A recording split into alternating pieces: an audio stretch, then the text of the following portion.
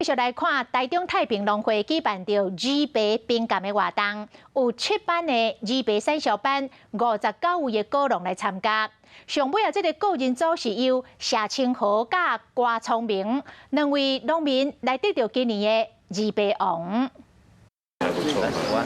评审真正观察鱼白水也歹，伊的幼毛敢无完整，皮敢无通加过。一年一摆鱼白拍分数活动，即天办伫咧太平农会，拢总有这个鱼白产销班59个农民参赛。希望把这好的品质的技术也能够提供给其他农民来参考学习。评审讲，因为去年底开花结果率少，所以鱼白产量嘛少。不过郭金龙真认真伫咧照顾，品质就过了真好。大汉这几天落雨，本来烦恼袂甜，不过尾仔切出来有超过一半，拢有达到满分的水准。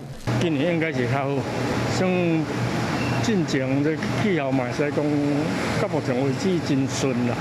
农会讲把握上尾的产季，呼吁民众过来买鱼白，甲辛苦的郭金龙斗鼓励。